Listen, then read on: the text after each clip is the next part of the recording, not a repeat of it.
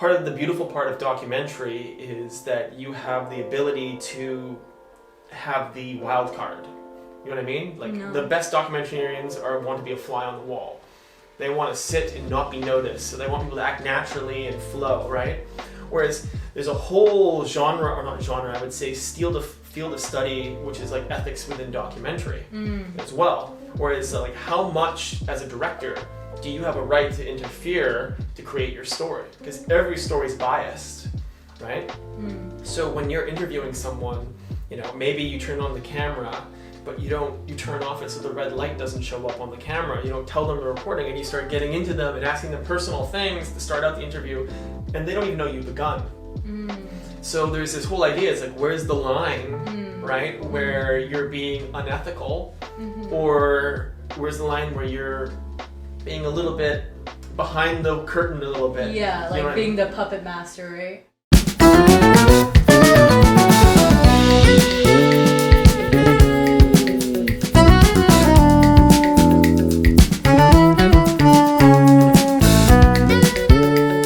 You're gonna be just smoking that? Why not? Yeah, why not?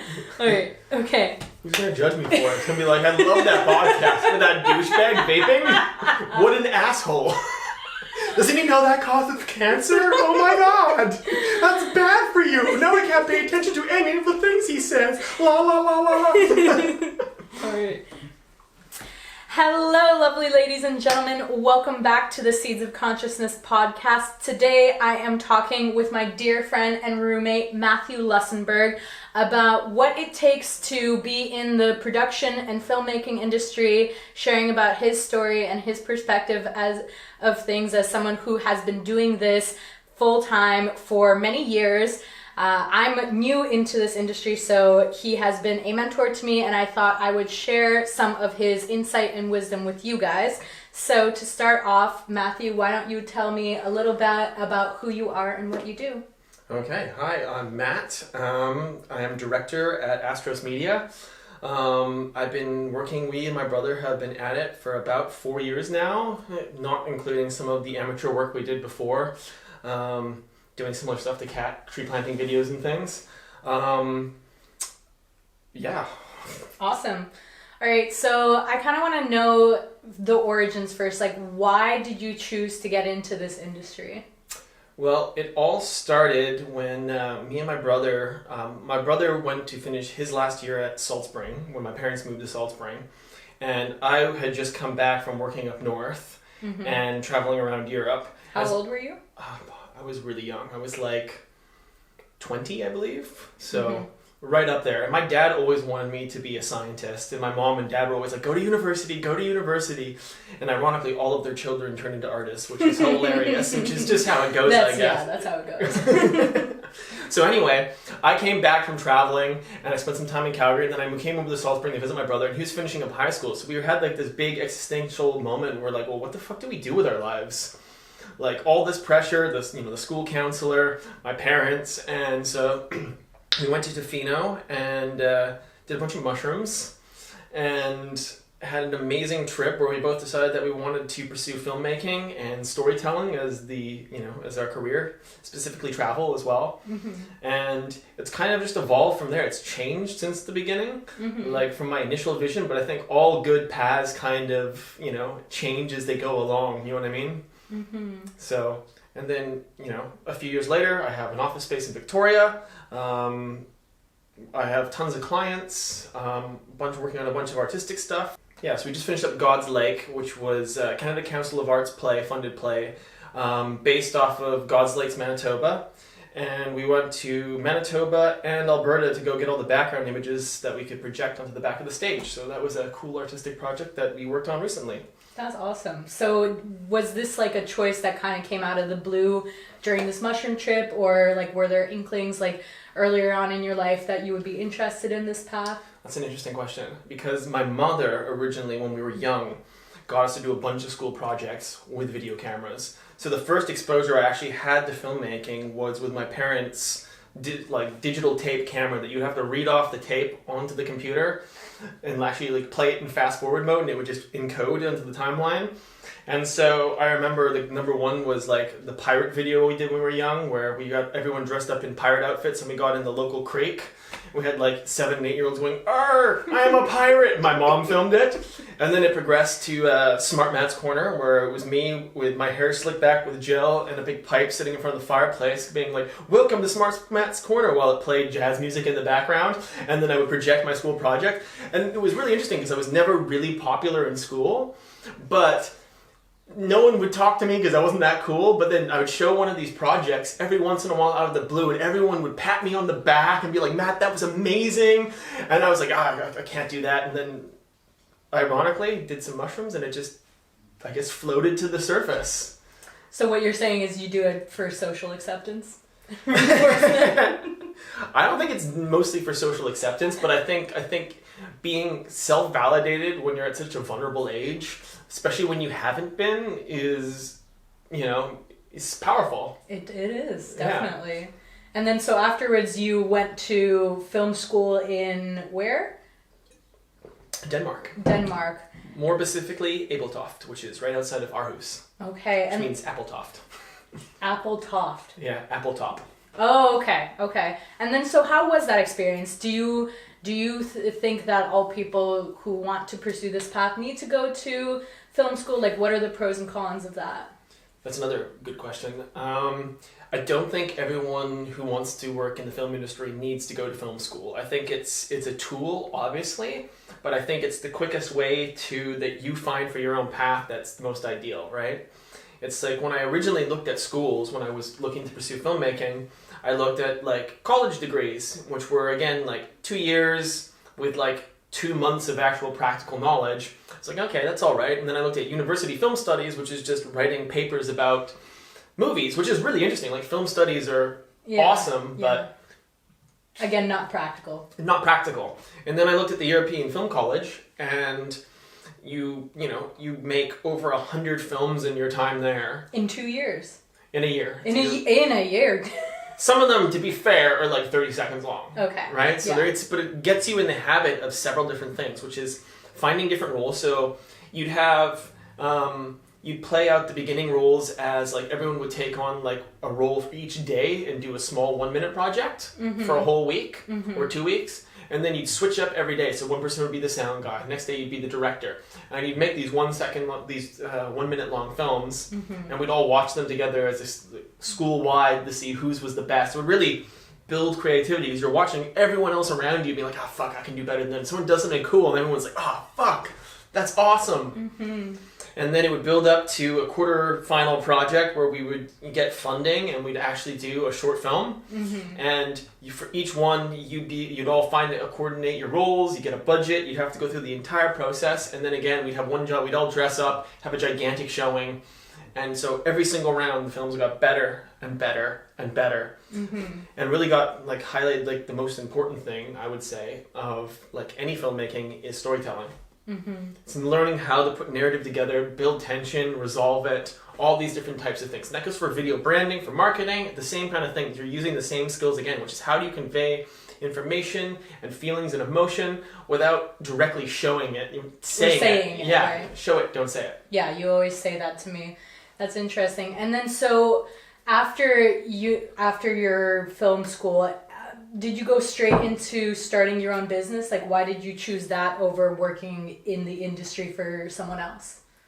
Well, I think the allure of being my own boss and working with my brother and building something that I was entirely in control of was super important.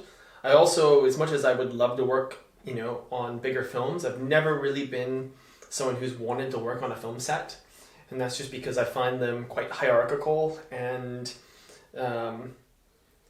nutty places to work for. There's a very much like in a lot of the film industry, there's like, you have to work 16 hours a day and the actors eat first and, you know what I mean? All these tiny things where you, after years of slaving away, they finally, the gatekeepers let you into a higher position. And that didn't really see myself on that path for my career. Okay, well, I'm sure it was difficult starting your own production company too, right? Like, tell me about like the first couple of years setting it up, like practically speaking, like what were you dealing with, but also like emotionally and psychologically? Because I know that at the beginning of my film journey, which I'm still very much on, I definitely was struggling a lot with like wanting to do things but feeling discouraged because my skill level wasn't there, or also like doubting whether this is really what I'm meant to do. So like, how was that whole journey from you from the beginning? Difficult, to be totally honest. For a long time, like, I'm a quite idealistic person, so it's always been easier for me to kind of see the big picture and the long-term goal, whereas my brother's a little bit more realistic about things, so it's been really healthy in our relationship that we kind of balance each other out and keep each other in check.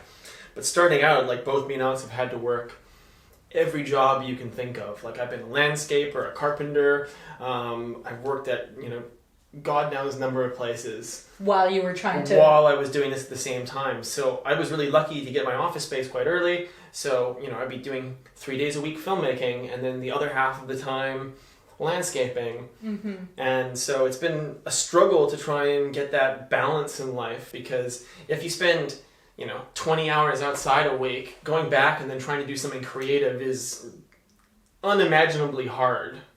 Because you use up all your energy, eh? You used up all your physical energy, right? And it's not that you can't do it, it just takes that extra push, you know what I mean? Yeah, essentially when you're first starting out, it's going to be really slow. Because you don't know anyone, you're starting out, you're honing your skill, and a lot of, like, doing your own video production is about meeting people and showing off your work. So the more people you know, the more people you do business with, the better negotiator you get. At negotiating deals, the more your value rises slowly. It becomes an exponential growth curve, because, you do really good work for someone else, they tell someone else, who tells someone else, and then all of a sudden you have a reputation, you've been there long enough, people start to know about you in town. And so they say it takes 4 years to 5 years to start a business, and from my experience, that's been like entirely correct. So, yeah. So would you say that like film school kind of prepared you for owning your own business and doing your own production company, or was it still a steep learning curve even with like the base level of knowledge that you had? It helped me in some aspects. In other aspects, it totally fell short, because a lot of the stuff I was doing at film school was like was lighting, which was like huge, right? Camera work, all the technical aspect. It gave me an epic baseline for what I was doing in film. So I definitely came out of film school ahead of the game in a lot of respects, especially when it comes to things like lighting, which was really focused on like artistic lighting, which like is one of the things that separates amateurs from professionals. Whereas like the business side of things, which is like the school doesn't really prepare you for, right? Because they're assuming people are going to be doing more of the short film kind of thing. And working for other people. And working for other people, negotiating, just like what makes a healthy business interaction, and how to keep the energy flowing, how to have a contract, how to protect yourself, getting proper insurance, all these little tiny things that are really important that are often overlooked. Interesting. And then so how is your relationship working with your brother?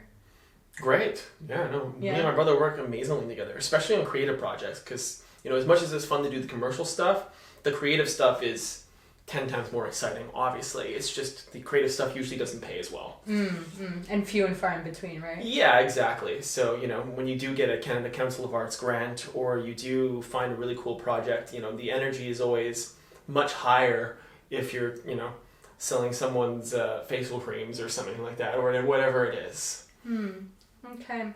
And then so since you've been on this journey of owning your own production company, what are the skills that you've been honing that have really started to pay off for you?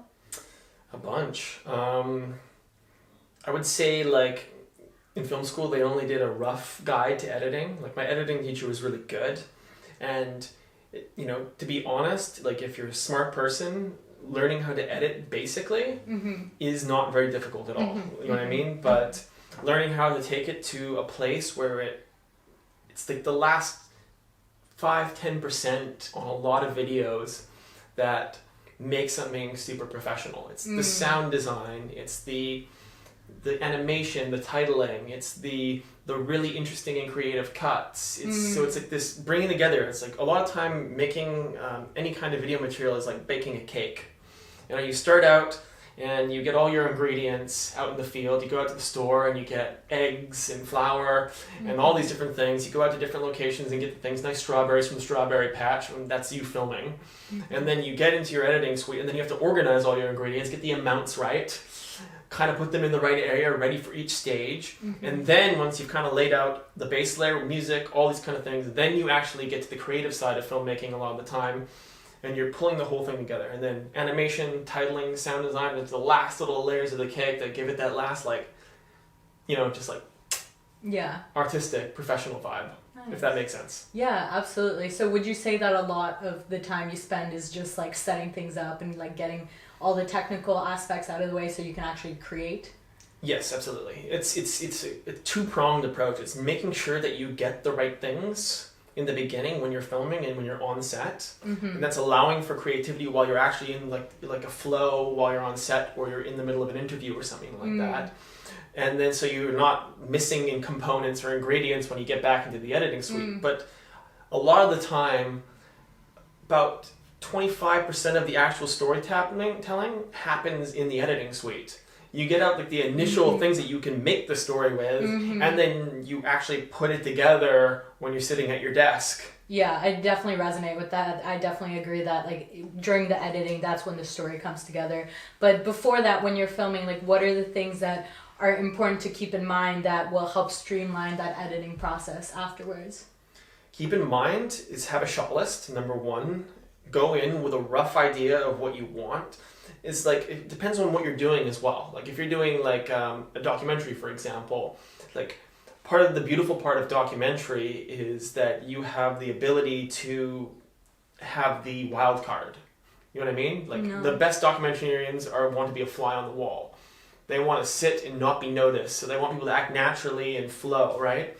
Whereas there's a whole I would say field of study, which is like ethics within documentary as well. Whereas like how much as a director do you have a right to interfere to create your story? Because every story is biased, right?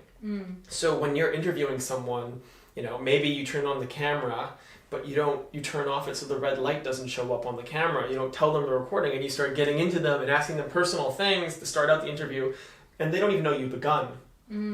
So there's this whole idea, it's like, where's the line, right? Where you're being unethical, or where's the line where you're being a little bit behind the curtain a little bit. Yeah, like being the puppet master, right? And then it's also finding out the kind of questions that you want to ask, right? And that's another way of targeting your material. And then another big one is changing your environment, because a lot of time you can get the most amazing things out of people, not by trying to control them with constricting dialogue, but by just setting an environment. Take someone to a location and see how they react, and that's even better, because now you've set the stage like the puppet master, and then you're just letting them play out the scenario, but you've also boxed it in with some defined limits, right? So you're also gaining a little bit of control that way, but then there's also that good 50% of it, you've no idea what's going to happen. And then again, once you get into the editing suite, it's like that happy medium point between going in with no plan whatsoever and just taking a camera and recording someone and hoping they do something interesting, and then having hours of footage that you have to sort through and wasting your time for weeks trying to figure out a story, and going in with a rough idea and a rough kind of guideline of what the story is going to be, and then going in, setting the stage, and then allowing space for people to surprise you and give you that extra 50%, so you can be like, oh my god, halfway through that interview or halfway through that thing, he reacted and he looked at there, and that's symbolic because of this. And by setting the stage, you know what I mean, you have the ability to make those metaphors happen, or increase the likelihood that something epic or narratively speaking is going to bring it to that next level. And then so moving on to like the actual filming aspect of it, like what are some things to keep in mind to maintain that flow and have an efficiency? Because you're saying, like, even with me when I'm going out, you've talked about how I should have some idea of what the story is, not film so much so I don't have hours of footage. Yeah, no, absolutely. You should have a rough shot list kind of thing in your head. Depends on, again, what you're doing.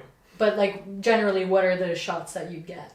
So another big thing is making sure you have enough B-roll. which is number one biggest thing. It's like you can have the most amazing dialogue or interview in the world, but you need to mix it up a little bit and add interesting shots. So I always allow time on a shoot to get kind of some of the B-roll shots that I've already kind of selected in my head. Like I'll go to an environment and be like, oh, that's really cool. I'm gonna do a pan up here. I'm gonna go maybe get the sunset or do a time lapse, and I'll get a few of the main ones that I know are really gonna work well. And then I'll just give myself half an hour to experiment.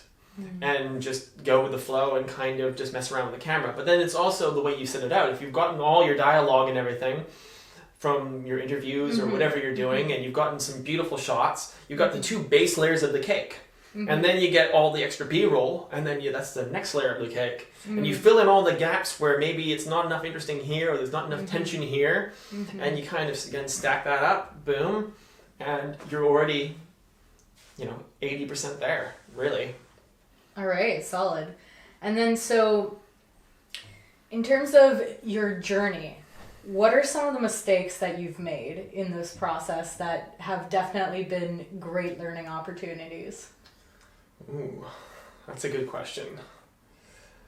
Mistakes, learning how to negotiate.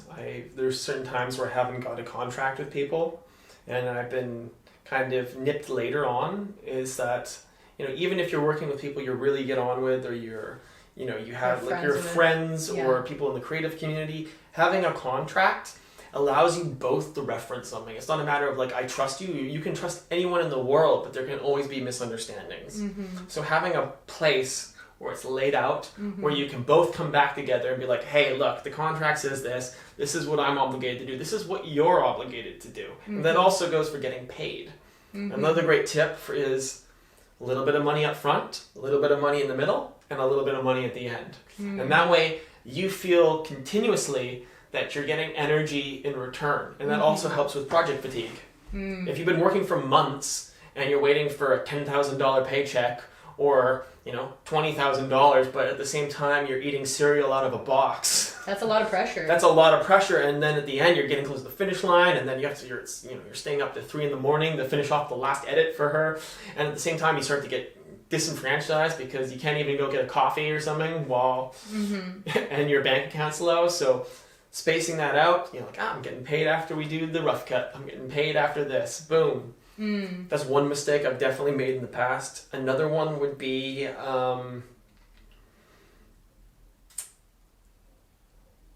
I don't know, that's a good question. Another one I guess would be like, make sure you take your time.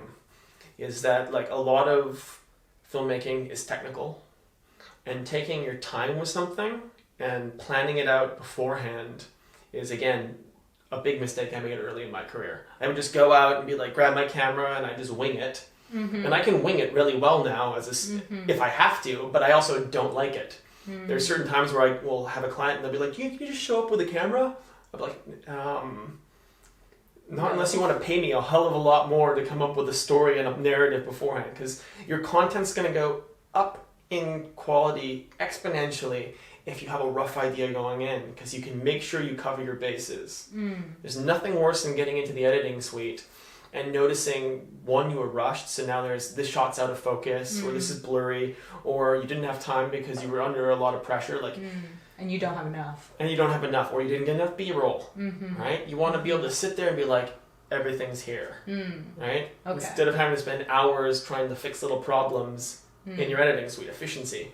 Okay, so so what you're saying is emphasize taking your time during pre-production, planning out as much as you can while still leaving space for life to surprise you, but having a direction, and then from there, that's when you can be more efficient with your time and speed things up. Absolutely. Okay. Yeah.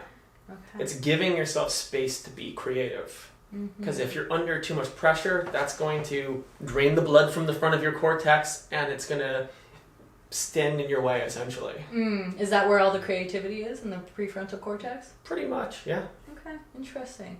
And then, so speaking of creativity, like something that we've talked about is The War on Art. I haven't read that book, but can you talk a little bit about what it's about and how it applies to this whole filmmaking journey? War on Art is an amazing book. I highly recommend it. I don't know the author off the top of my head. That's okay. But it's essentially goes into a great depth. It's like having a a stern talking to with yourself when you read it. Because it's all about making sure if you're a writer or if you're a painter or if you're a filmmaker, it's about sitting down every single day and doing the work.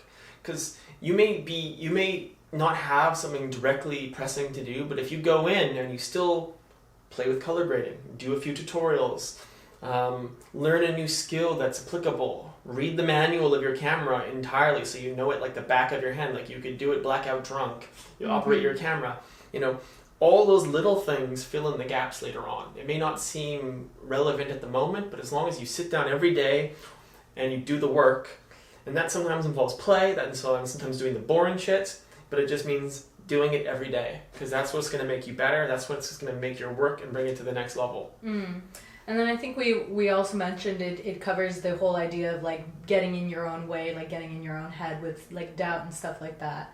Can you speak more on that? How do you keep yourself accountable? How do you keep yourself motivated when you don't have those external reinforcements to encourage you to move forward? That's been a struggle as well in my career as well. It's like learning how to work for myself and keep myself motivated, and I have a few different ways of doing that. One is take breaks. Is like if you do have the ability to organize your day, then give yourself rests so it doesn't become monotonous. Go out, edit for 2 hours, go have a coffee. Do an hour of work, go for a walk. What I mean? Talk to someone on the phone, whatever it is. Give yourself breaks because you can't concentrate. No one has it in them to concentrate for 8 hours straight. Realistically, I personally, I have 4 to 5 hours in me a day of actual meaningful work. I can fill in the rest of the time with, transcoding clips or doing monotonous organizational tasks or something like that. But if it turns out like what I'm able to focus on is 4 hours, and if I keep myself to those 4 hours and I give myself breaks in between, I can keep my mind fresh and I can keep myself motivated. So essentially another big thing is to make sure that you leave time in your day to play.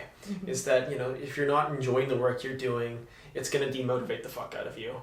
And if you only have so much energy, leave it. It will benefit you 10 times over to leave an hour out of that 4 hours even to do something you love, that you're passionate about. And if you're not working on the most engaging project, then being able to do a few hours of color grading afterwards, or think about a script for an upcoming project, or work on your website even. It doesn't have to be like necessarily a thing, as long as it's related to what you're doing and it keeps you motivated and it pushes the whole thing forward. Because in those moments of play is when you come up with genuinely good ideas. It's when you're actually going to be able to open up and see the future a little bit and be able to hold on to that image and push yourself forward because you're inspired, you're happy, you're excited to wake up in the day. You're like, I gotta do some boring stuff, but I'm gonna take an hour to do something I'm really passionate about, and then I'm gonna play with animating titles, or making sure these color grades are super cool from log footage, or working with a different audio program or something neat that's gonna keep you engaged. So what would you say the balance between the parts of production and filmmaking that you actually enjoy and that you don't enjoy but have to do? How much of it is which for you? I would say it's probably 50-50. 50-50? To be honest, yeah. And is it worth doing? Oh, definitely. It's definitely worth doing. I would say 50% of my work, I absolutely love it. You could wake me up at 3 a.m. and tell me I had to go do it, and I'd be like, fuck yeah, let's do this shit. Let's get over there. You know what I mean? And then the other half of it's the technical aspect. And my film teacher in film school used to say the exact same thing, which is that filmmaking is 80% technical, and the last, bits... 20% is creative. 20% is creative, right? So you got to really latch on to the creative part, which definitely takes more time. Yeah. So making sure you have your bases covered, that allows you to be creative. It allows you to hone your art form and your skill. So for you personally, what are your favorite aspects and your least favorite aspects? I guess I'll start with the least favorite and get it out of the way. Least favorite would be things like organizing my footage, scrubbing my footage. Scrubbing's not too bad, but it's still pretty boring. Yeah. Scrubbing my footage, organizing it into bins, transcoding footage if I have to. What does that mean? That's converting really high quality video into a lower quality form that the editing program can use. Like proxies? It's a proxy, yeah. Okay. Yeah. Okay. It converts it essentially, yeah. things like that. I'm not a big fan of a lot of audio work. I find that pretty boring as well. But things I enjoy, I love being on set. Being on set's amazing. Every time I'm on set, I get into a total flow state, especially if I'm working with my brother. It's just like the world tunes out. I'm like, okay, I got this, and I just, the whole time just disappears in a blurb, and then it's done. And afterwards, I'm like, a little sweaty, I'm a little nervous because shooting's always a little bit nerve-wracking, especially when there's a lot of money and other expectations riding on the line. So it's like you prep yourself up for this huge thing, you go into the push, and then you get out the other side and you hope to fucking God you did a good job. And you actually recorded it. And you actually remembered to push the record button. Is my camera on? Damn it, not again, Matt. Yeah, and so positives, I've been learning motion design, which ties in for like titling. I really love that, like being able to use like different forms of like, alternative media to mix that with filmmaking. What do you mean by alternative media? Like 3D animation, 2D animation, getting really interesting, like for cool things with sound, like getting really interesting Foleys or getting your own sound library, which is really cool. Foleys? Foley is like a term for getting a sound recording. So when you're on a big film and you see someone walking across the dirt, 90% of the time it's not the actual sound of them walking. Someone's gone in with boots in a studio and the mic's been right there and they're walking on fake gravel to get the perfect crunch on the gravel, right? Interesting. So you can get some really neat sound effects in libraries to get really creative and then mix it all together in like this whole thing. Again, mixing it with really interesting music, working with a local artist, finding out, really dissecting what they're doing and then adding it to your own art, from finding the beats, counting the off beats so that you're changing images and you're cutting in interesting ways to keep the audience engaged. Super fun stuff. Okay. And then I kind of want to dive more into the culture of filmmaking. Like I know everyone's different, but how would you describe people in this industry? People in the industry, I find a lot of filmmakers are highly motivated people. I think you need to be in order to do filmmaking, because you have to keep your eye on that goal and what you're doing every single day. And it takes a lot of, I would say, like... Discipline, yeah, is a good way of doing it. Discipline and working with yourself to get into like good balance. And generally I find most filmmakers are extroverted, interesting. A little bit crazy, but I think everyone in the arts scene is a little bit crazy, if not everyone. Yeah. Okay. And then so like what are some pitfalls that people in this industry tend to find themselves in? Pitfalls. Or like, I'm kind of curious on the darker side of things. Well, again, it depends if you're doing video production or if you're doing artistic or production films. So there's pitfalls for each, right? I think you can get pretty much stuck anywhere. It really depends on the situation. And getting stuck is when you're not moving forward. Let's say you have, on the video production side, let's say you have a client that's, you're not very getting much energy back from, that you have to do more of the work, and the equation's unbalanced, and because you're spending all your time working for that client and you're not getting very much energy out of it in return, you start to become dispossessed and start to get demotivated a little bit, so you start to feel stuck. Whereas another pitfall would be like, once you've got some base content, give yourself a minimum value. There's a huge pitfall in the industry of video producers and video production companies that start out and they charge way too little. Know your value.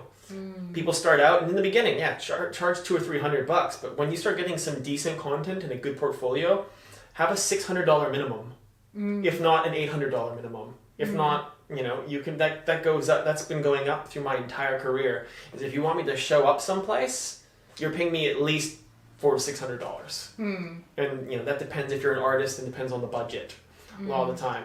And that's not to say you can't help people out or you can't give some energy in other areas, but just think about like any job you do is an energy equation. And like a big part of my career has been learning how to keep that energy equation equal. So both people that you're working with come out at the end and they say, that was awesome.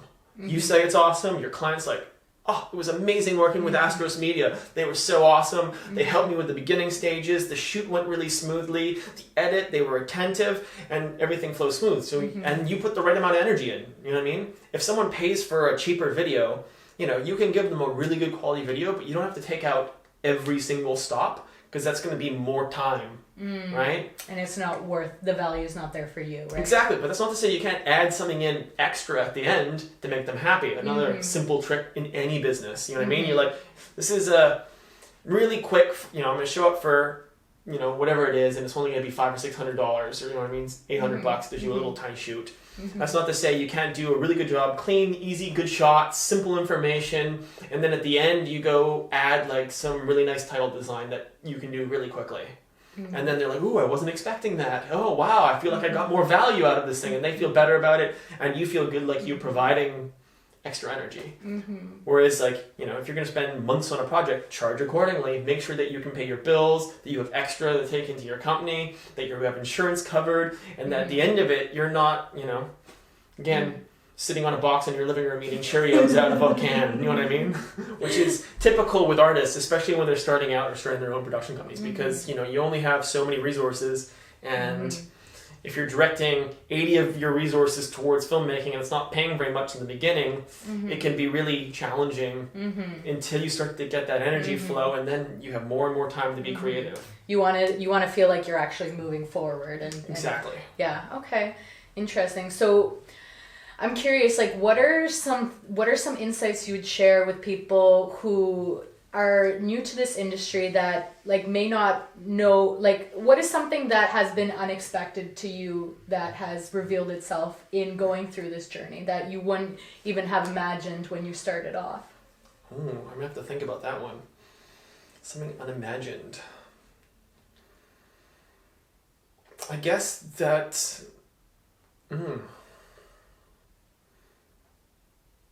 I guess unimagined, I guess it would be like, I found it really interesting how much willing people are to actually pay you correctly if you're able to build that energy in the beginning, right? Like, one thing that I found really surprising was that, like, if you just have someone into your office for a quick interview and they're like, this is my video project, and you're like, okay, blah. Whereas if you have someone come in and you're like, oh man, we can do this, this, this, this, and this, and you get them excited about it, people will be willing to spend large amounts of money, and rightly, because it's worth it, and that you're worth it, and that's really exciting. It's like when you can hone in on someone's vague vision of what they want, and then you can amplify that into a cohesive narrative structure and form, the person will love you for it. Because that's what I do. That's generally what my job is. It's to take someone's vague idea of a video half the time and then focus it to bring it into the real world. Taking the abstract and bring it into the concrete.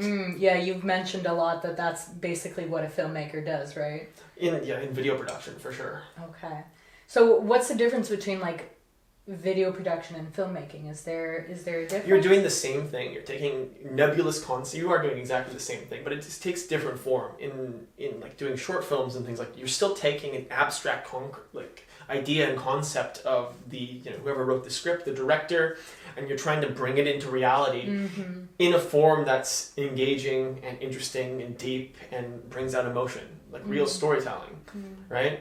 And that's the hardest part. It's easier to come up with an idea than it is to execute it, actualize that idea, because there's so much skill, again, because it's 80% skill behind manifesting that idea. And that goes with any field, any film, any video production work. It's, you have an idea, oh, it's going to be awesome, we're going to have a drone shot and a this and a that, and it's going to do all these crazy things, and then you get out to the film, to shoot, and it hasn't been thought through, and, this shot's out of focus, and the actors are crap, and, this doesn't really work, and, everyone's tired because you spent too long on set, which kills the vibe, and it's like you're trying, as doing any kind of project and working with people, you're trying to manage this tsunami of nondescript, transcendent object that's like collectively held by everyone, and you're trying to bring that into focus. And the clearer and crisper the image, the better job you're doing. Every project, doesn't turn out how you initially envision it. And I think part of being an artist or doing it as a trade or as an artist is realizing that you have to kill your darlings and that things aren't ever going to turn out exactly right. Because you have the most amazing, pristine image, but part about getting better is being able to get closer and closer to your image that you held in your mind, right? And that's by, again, we're in art, doing your work every day. And that's what real manifestation actually is. It's having a vision, something abstract and beautiful that gets you up in the morning, and then bringing that into reality and organizing other things in your life around it so that you're functioning with a collective goal towards something that's bigger than just yourself. So is that what filmmaking is? A lot of it? Doing something bigger than yourself? Oh, for sure. Yeah. Okay. How much egotism would you say is in the industry? I would say there's a lot of egotism in the industry, but I think that goes with a lot of industries. I think a lot of creative industries have a lot more egotism because your reputation is super important with filmmaking. Being able to project value is super important. The question is, again, with most of these things, whether you keep it in balance, right? I've known a lot of people in the filming community, in the theater community, who come across quite egotistical when you first meet them, and that softens as you get to know them, which is all right. And I've known people who are totally out of balance, and where it's mostly just a show. I think, but they have nothing to show for it. Well, for sure, sometimes they do have things to show for it, and they're also egotistical, and that's also a mixed bag. So it's like you're always in any kind of field, you're in a greater community, and learning how to navigate that community effectively, and being a genuine person, but with the same time like projecting some form of value is a challenging equation to get right. I think there's a lot of people who start out and they're faking it till they make it, which is 100% what you have to do to some degree. But there's this point where it tips the kind of ridiculous scale, and you can instantly read it on people.